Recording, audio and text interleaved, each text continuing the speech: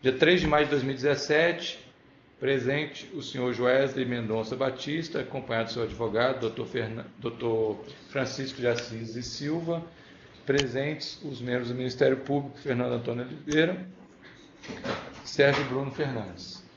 Sr. Joesley, nós vamos agora tratar de um assunto nominado aqui no anexo do senhor como Eduardo Cunha e Lúcio Funaro, relacionado ao Ministério da Agricultura e conta corrente. Aqui são esses temas que o senhor apresentou no anexo.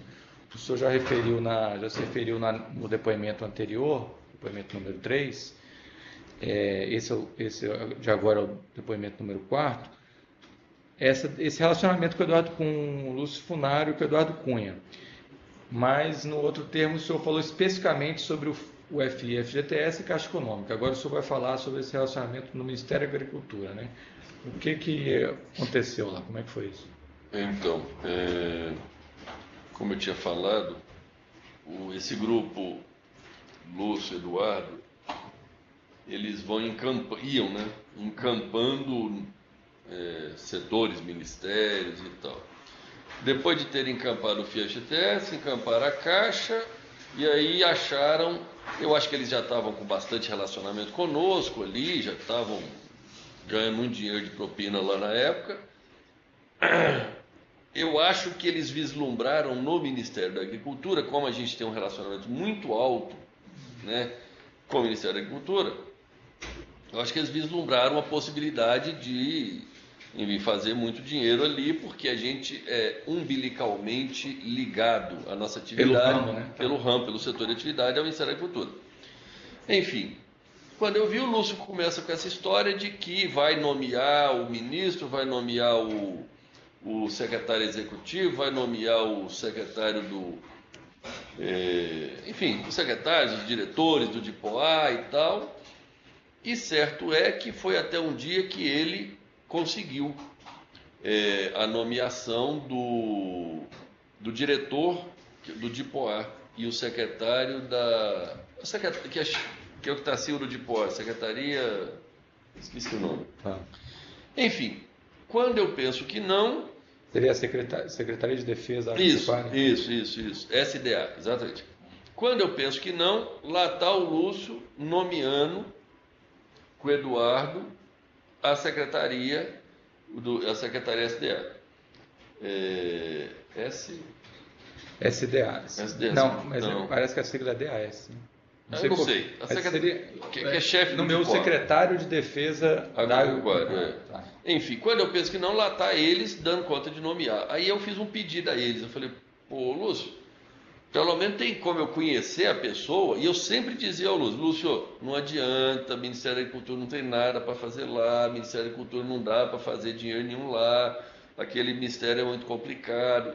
O senhor queria dizer que não tinha esquema ilícito no Ministério da Agricultura. Eu estava lá morrendo de medo deles aparelhar o Ministério da Agricultura, e lá está eu na mão deles de novo, né? Eu já estava na mão deles na Caixa, estava na mão deles no FGTS, daqui a pouco estava na mão deles no... Você já tinha um longo relacionamento com o Ministério da Agricultura e nunca tinha... Não tem um aparelhamento no Ministério da Agricultura. Aí eu fiquei morrendo de medo, eu falei, ô Lúcio, quando eu vi que ele ia conseguir, o grupo dele, eu falei, Lúcio, me dá pelo menos o seguinte, me apresenta quem vai ser o sujeito, para mim ver quem é, pelo menos, para mim tentar não deixar eles botar um criminoso lá, né?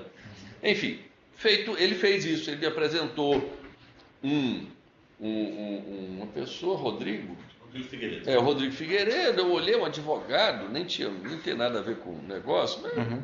Conheci ele ali, era inevitável, ele ia botar o sujeito, eu não ia conseguir fazer nada. Você conheceu ele aonde? Na casa do Lúcio. Aí, ele fez a mesma coisa que fez com o Fábio Cleto, fez um jantar, chamou lá e... no esquema. Aí eu conheci e tal, quando eu vejo, está esse Rodrigo lá, chefe geral lá do... Tá bom. E aí ele começou a me perguntar, e aí, o que dá para fazer aqui? Eu disse, não dá para fazer nada, eu já te falei 200 vezes que aqui no Ministério da Agricultura não tem nada para fazer. Enfim, o Ministério da Agricultura o Ministério da Agricultura, ele é muito loteado. Cada postozinho é um deputado que indicou, um senador que indicou um deputado, um senador, um deputado. Então, não tem uma organização, entendeu, completa, não tem um aparelhamento organizado. Ele, como a gente está vendo na carne fraca, lá no Paraná parece que tem o secretário lá da regional, com um grupo ali que faz alguma coisa. Aí, cada lugar é um, então não tem um grupo que domina. Que domina e tal. Mas tem loteamento político do mesmo jeito. Ah, tudo loteado, é uma confusão. Enfim, aí, certo é que eu falei, não tem nada para fazer, não tem. Ele, de tanto me perturbar, eu disse, olha, Lúcio, tem uma coisa, que é uma coisa boa, né? Que é melhorar a qualidade da inspeção brasileira. A qualidade da inspeção, tem inspeção municipal, estadual, federal e tal, que é o que a gente chama de federalização.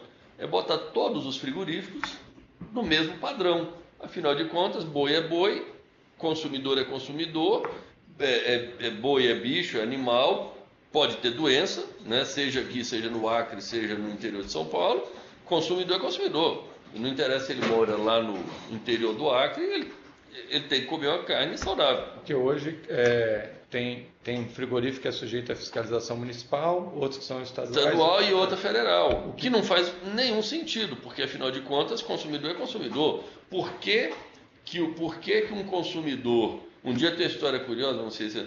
Um dia eu estava com o senador lá do Acre, dizendo, ô senador, precisa federalizar.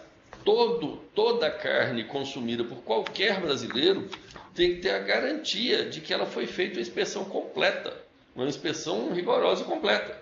Aí ele concordou com tudo e tal, aí disse assim, se bem que lá no Acre tem umas cidadezinhas mais no interior lá que talvez não precisa tanto rigor, um frigorífico menor, mais simples, um negócio mais moderno, é para vender carne só lá mesmo. Aí eu ainda brinquei com ele e disse, quantos mil habitantes tem? Lá tem 5 mil habitantes. Eu falei, se morrer 5 mil habitantes no interior do Acre, não vai fazer diferença nenhuma, né? Tudo bem. Aí ele, não é assim e tal, peraí. Enfim, porque a fiscalização do municipal, em tese, não é tão rigorosa que nem a federal, é isso que o ponto do senhor, né? Exatamente. O único motivo da existência da estadual e da municipal é porque ele não cumpre a legislação. Ele não cumpre, o federal tem a regra, que a regra não é máxima, é a regra mínima, que é a federal, que é a que está em conexão com o RISPOA, com o Conselho de Medicina Veterinária.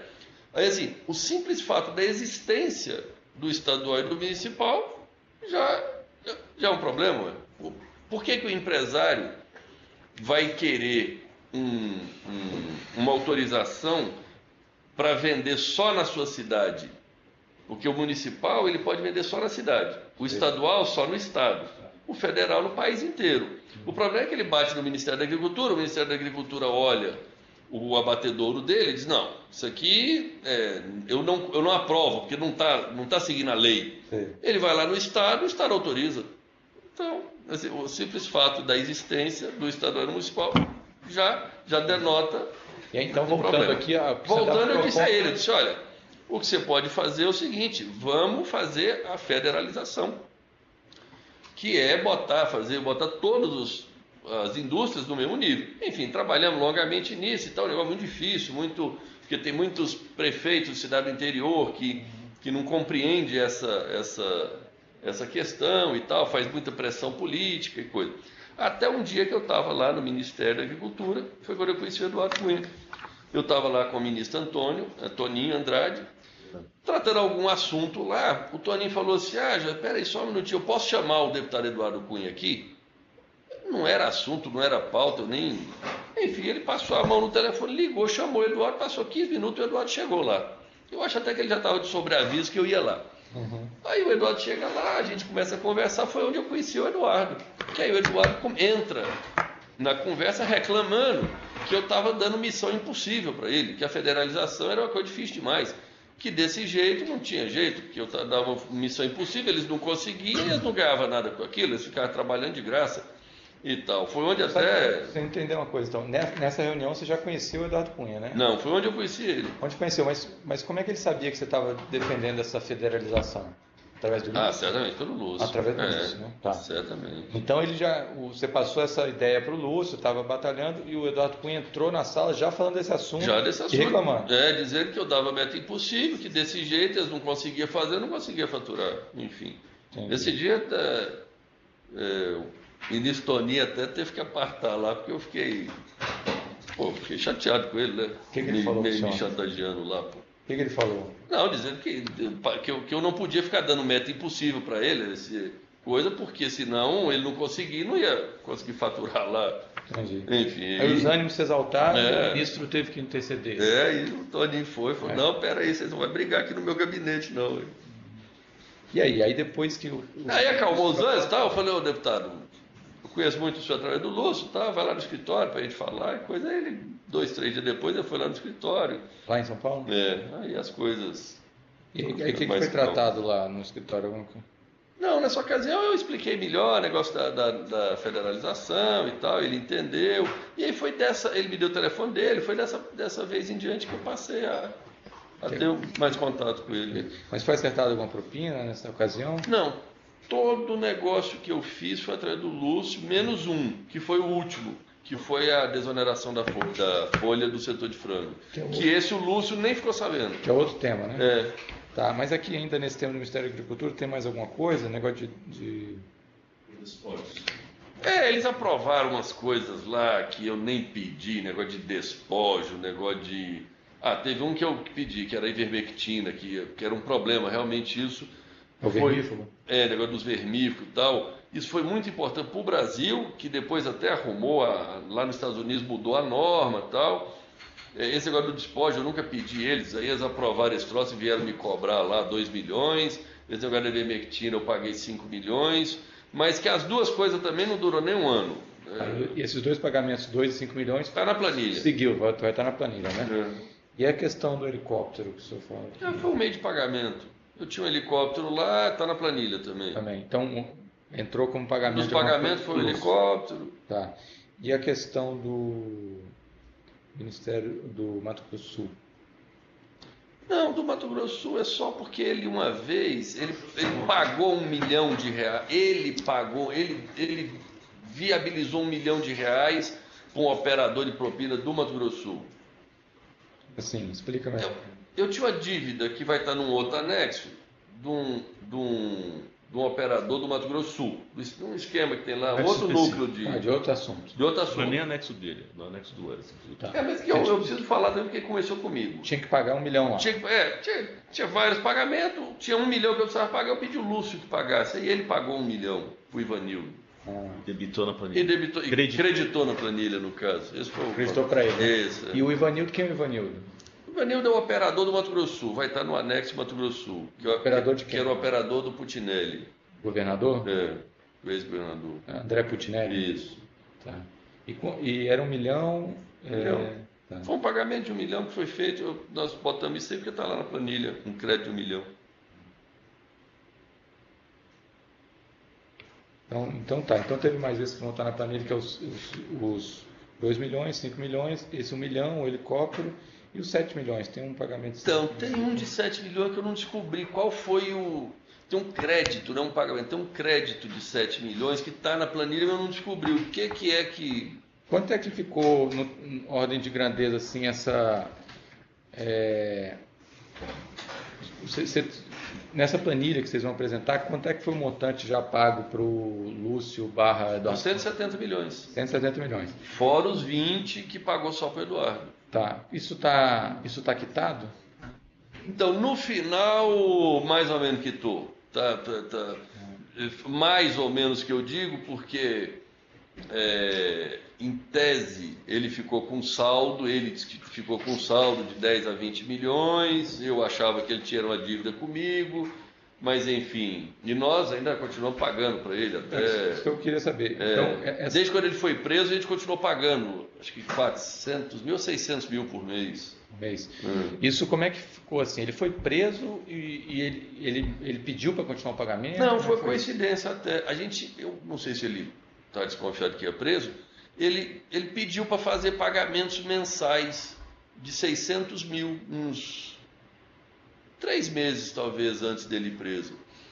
Pediu para fazer. Aí a gente estava fazendo pagamentos mensais, porque nessa época, deixa eu explicar melhor, nessa época a planilha tinha que ter um ajuste. meio que estava assim, acabou o dinheiro ou não acabou e tal. Aí ele falou assim para mim, falou o seguinte, enquanto a gente acaba de acertar essa planilha, faz aí para mim 600 mil por mês aí para mim, porque nós não estava mais fazendo nenhum negócio, e depois não acerta para frente. Eu falei, tá bom. Aí foi fazer 600, ele foi preso, ele depois baixou para 400, se eu não me engano. Mas vocês não pararam quando ele foi preso, assim, não achou que era perigoso? Então, né, a situação danada, né? A gente vai preso. Mas quando ele foi preso, como é que ficou o contato com ele? Quem era o intermediário? Contato, acho que foi o irmão ou a irmã. Acho que foi. Quem que foi? O irmão O irmão, né? Apareceu o irmão dele lá, que eu não conheço. Não é irmão nem irmã, eu pessoalmente. Sim. Aí eu acho que apareceu o irmão lá, falando em nome dele, depois a irmã. Falava com quem lá na JBS? Quem que era o intermediário? Lá de vocês? Era com você mesmo? Ou... Não. Lá ela falou com quem, Francisco? Ela falou comigo. Ela falou com o Francisco. Ricardo também? Falou com o Ricardo. Com o Floresvaldo. E com o Floresvaldo, isso mesmo. Tá. E os pagamentos seguiram, então, mesmo com a prisão do... Continuou. Então, até hoje? Então, até hoje. Até uma semana atrás. Entendi. E você tem ideia de quanto que falta para pagar? Como é que está a conta? Porque ele falou 600 mil por mês, vocês iam fechar a conta. Em tese, eu acho que eu não devia mais nada. Na verdade, essa conta está na planilha de auditoria, na verdade, ela ficou negativa, uns 50 milhões. Sim, ficou negativa uns 50 milhões. Desde a eleição à presidência da Câmara do Eduardo, que essa conta ficou negativa uns 50 milhões. E aí... Ele pediu um dinheiro especificamente para eles? 30 milhões. Esse é termo de anexo específico? Anexo específico. Então a gente pode falar lá no tempo. Isso. Aí a conta ficou negativa, uns 50 milhões. E foi indo, negativo, tudo bem. Aí teve, em 2015, uma operação grande que eu fui fazer em uma das empresas, que eu não pedi absolutamente nada para ele. Mas tudo bem, a operação foi, andou. Estava pautada para terça-feira. Tudo certo, líquido certo, pautado, tal, tudo bem. Tiraram de pauta da terça-feira. Lá no FGTS? Não, na Caixa. Na Caixa. Tiraram de pauta, eu falei, mas tiraram de pauta? Por quê? Já desconfiei, né? Tá bom, o Lúcio começa a me ligar a semana inteira me ligando. Pensei, pronto, já descobriram o raio da operação, lá vem o Lúcio me cobrar por causa da operação. Eu não atendo a semana inteira. Ele me ligou tanto, aí segunda-feira eu não tive jeito, estava em dúvida se pautava na terça ou não. Seguinte, tinha acabado de trocar, tipo assim, há 2 semanas antes, tinha trocado o vice-presidente de risco, entrado esse tal Desirê, que era um outro, aí entrou esse Desirê. Eu, para mim, é o seguinte, esse Desirê é do grupo deles. O Desirê entrou, descobriu a operação, tanto é que me falaram lá, outros vice-presidentes lá, me falou, Joé, nós não entendemos nada. Que o Desirê entrou, eles não entendiam nada de nada do risco, estava tudo aprovado, ia para terça-feira, no primeiro dia que ele pegou, ele pediu vista e criou uma confusão lá e falou um bocado de besteira lá, disse que tal. O Lúcio me procura. Aí eu já sei os nomes, né? Eu fiquei sabendo, já pensei logo, foi esse Desirê, tá bom. Eu não atendi. Segunda-feira, o Lúcio mandou carta para mim, bilhetinho na minha portaria, preciso falar com você urgente e tal, tá bom. Eu não tive jeito de falar, tá bom, então, vem aqui em casa. Ele deixou bilhete na portaria. Ele me deixou bilhete, preciso falar com você urgente, e não sei o quê. Enfim, me caçando, porque eu não atendi ele me ligou 200 vezes no escritório, não atendia, tal. Aí... eu cheguei em casa, era 7h30 da noite, 8 horas da noite, ele chega lá meio assim, esbaforido, assim, meio tal. Ele chegou lá e disse, rapaz, preciso falar demais com você, eu estou a semana inteira tentando falar contigo. Aí eu falei, o que é? Não, a operação lá, tá lá parada lá, eu libero ou não libero? Aí eu pensei, puta merda, e agora? Aí eu falei, eu menti, tá? Aí eu falei assim, Lúcio, mas esse negócio lá eu já estou gastando em outra área lá. Aí ele falou assim, para quê? Eu falei, pô, Lúcio, eu não posso te falar, mas tem outro negócio lá. Aí ele falou assim, aí ele falou, quanto? Eu pagava 3, né? Aí eu falei, tô dando 1,5% lá. Ele falou, tá bom, então me paga o outro 1,5%. Aí eu falei, tá bom. Era uma operação grande, que mais ou menos quitava esses 50 milhões. Entendi. Entendeu? Resumindo, eu menti que eu estou dizendo do outro, menti no percentual, mas teve um negocinho, tá. mas não foi 1,5%. Que faz parte do outro anexo aí. Tá. Teve um negocinho lá e tal, que eu teve também depois. Foi um caso também que eu vou contar no anexo. Aí eu falei, estou gastando para tentar, pelo menos baratear, porque eu fiz a conta mais ou menos, pensei, tá bom, então mais ou menos zero essa dívida de 50 milhões que eles têm. Na minha cabeça estava zerado. Na cabeça dele não. Então por isso é que, enfim. Ok. Mais algum tema específico do Ministério da Agricultura? Mais alguma questão? Não. Alguma pergunta? Não. Então vamos encerrar o termo de depoimento número 4, aliás. Dia 3 de maio de 2017, depoimento prestado pelo senhor Joesley Mendonça Batista.